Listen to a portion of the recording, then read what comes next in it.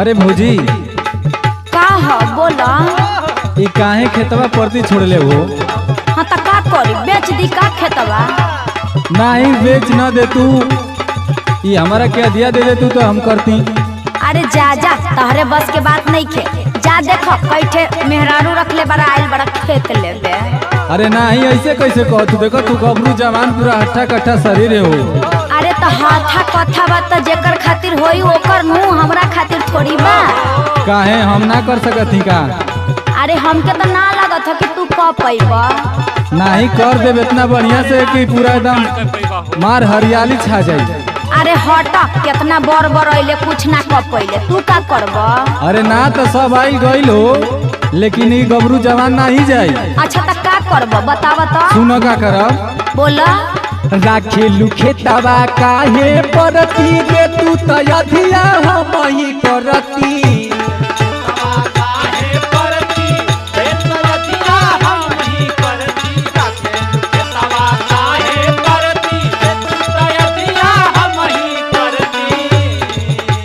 राखेलू खेतवा काहे परती दे तू तयधिया हम ही करती।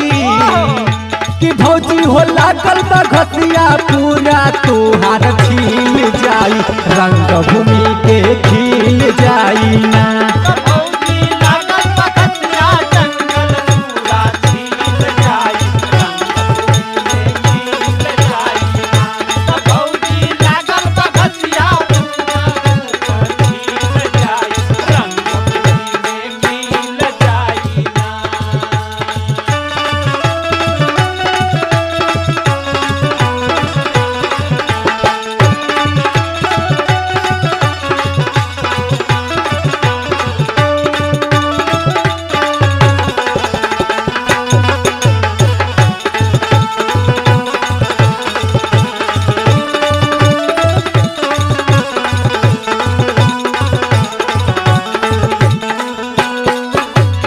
अरे इतना बड़ बड़ बात करत हो, अभी जानत नहीं खा तू खेत के बारे में? देखत नहीं खा कि कितना पपड़ी या दरार फाटल बा? आ का तू बात करत बड़ा खेत के बारे में? उसर का हो? अरे भौजी तो उसर पपड़ी लगल तो मैं बसनील लगा के एकदम फ्रेश न हो जाई हो। अरे उसर में दूसर मारे के चाहत हो का तू? एक के जेसबी लगवा के पलटवा न दे, तू इतना काहे घबरात हो? तू देख तो पहले देखा। अरे ज्यादा फड़फड़ा मत, पहले हमरो बारे में जान लो कि खेतवा के का हाल बा। तो तनी बतावा तो। सुन लो, बंजर खेत परल बा चचरी होई, धान गेहूं ना ककरी।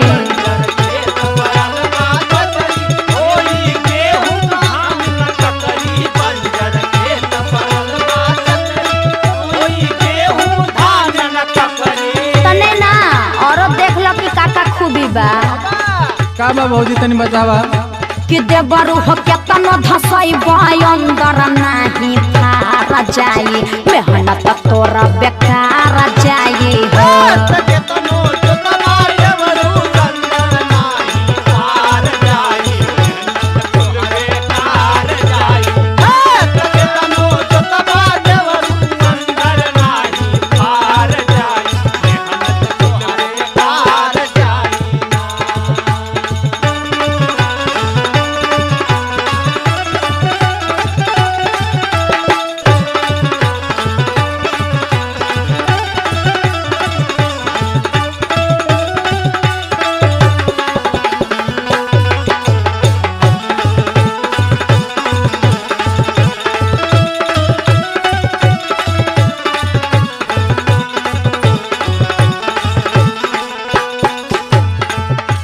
लेकिन देखा भौजी, हाँ बोला बोला। तू जब हमारा के खेत दे देबू ना, अच्छा अच्छा दे देती खेत। तो बेकार ना जाई। अच्छा तो आर पार चल जाई भले। बेकार कथ एकदम ना जाई। तू दे के देखा, हरियरी ला दिए। बहुत लोग तोरे पास आइल हूँ, लेकिन हम एगो आली तोरे पास। सुना सुनाव। टाइम से जोताई करब, खाद देहब जाम के।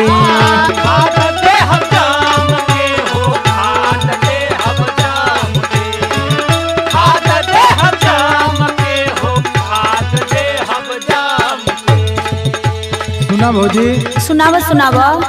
जब टाइम से खाद पड़ी ना अच्छा। तो एकदम हरियाली छा जाए, ओहो हो। एकदम चारों तरफ हरियाली हरियाली छा जाए। और सुना, बोलो ना। उगी फसल बढ़िया कही दिहा तू बलम के।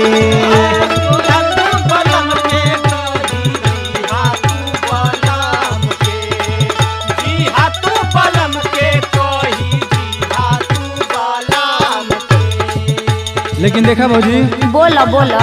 जब तू खेत दे देबू ना, अच्छा अच्छा। पूरा बल बुद्धि के साथ काम करब।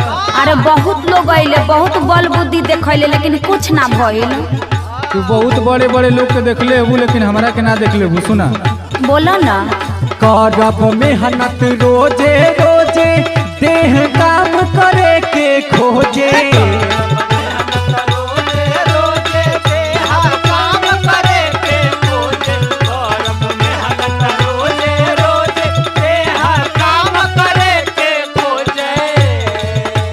सुना भौजी, बोला कि भौजी हो करे त खेती आधा तुहके मिल जाई, रंग भूमि के खिल जाई ना।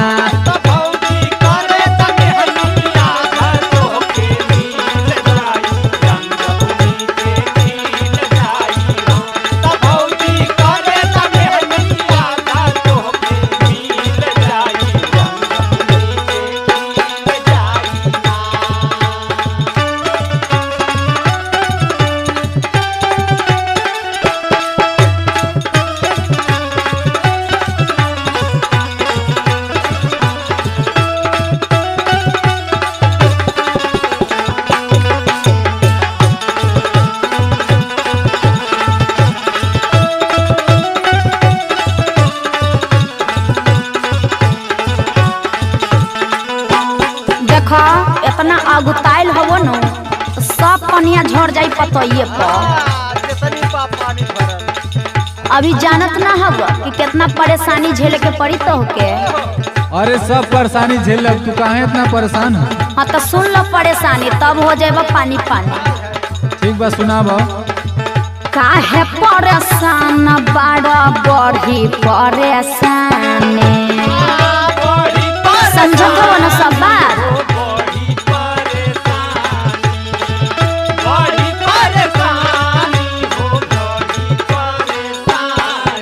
लागत बा एकदम बिगड़ गई बा हाल।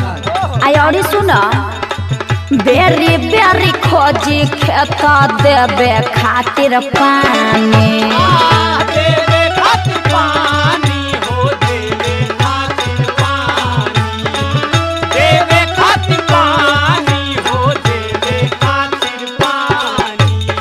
इतने ना, और देख लो कि खेतवा में का कमी बा।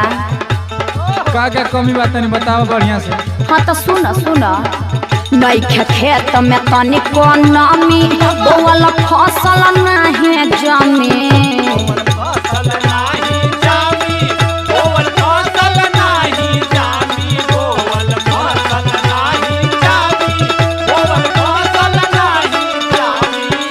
और तू जन ले आवत तरनु जेसीबी काका उखाड़े खातिर, कोनो कामे नहीं, बुझल ना? काहे भौजी?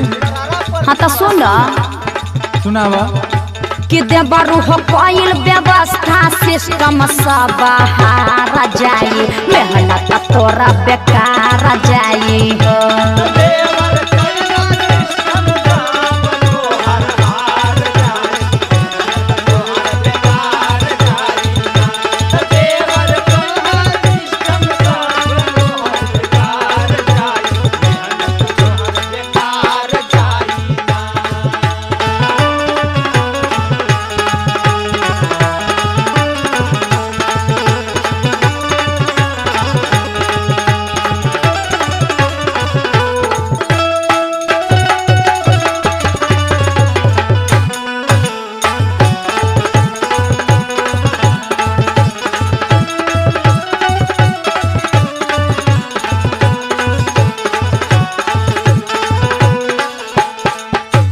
लेकिन सुना भौजी। हाँ बोलो ना।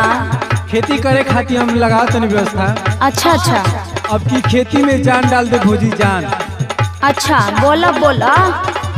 एकदम तुम्हार पूरा खेती एकदम बढ़िया से होई। अच्छा हम तो देखते हैं कि कहाँ तक जाइबा। देखा हम कहाँ तक जाइला, जहाँ तक केहू ना गल वहाँ तक हम जाइला। ठीक बात देखाबा। करे खातिर खेती समर से बुल लगावाई।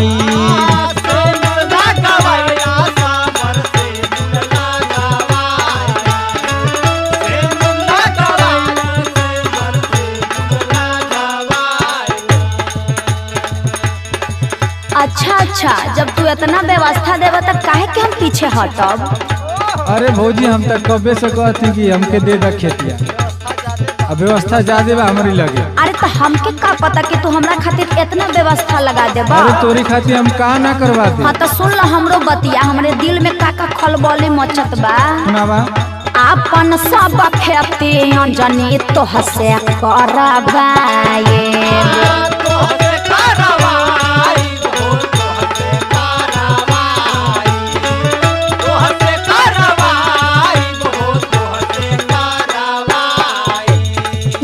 से घर के मजबूरी करे चंद्र के सजी हजूरी।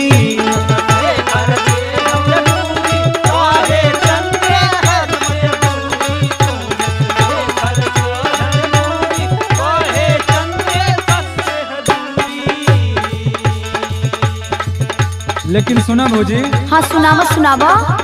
जो हमार चंद्रकेश भैया अच्छा और शेखर भैया बाड़े, ये तोरा चक्कर में अच्छा ये पैंट जींस छोड़ के गरी धोती पहन के खेती करे के तैयार है। अच्छा अच्छा और वो तोरे खातिर खास करके। अच्छा तो हम हो तैयारे बानी तहरा खातिर। ना एकदम तू सौदा पानी बना ला जल्दी। ठीक बा आगे बोला। सुना कि भौजी हो फसल के साथे माजा तोहके मिल जाई, रंग भूमि के खिल जाई ना।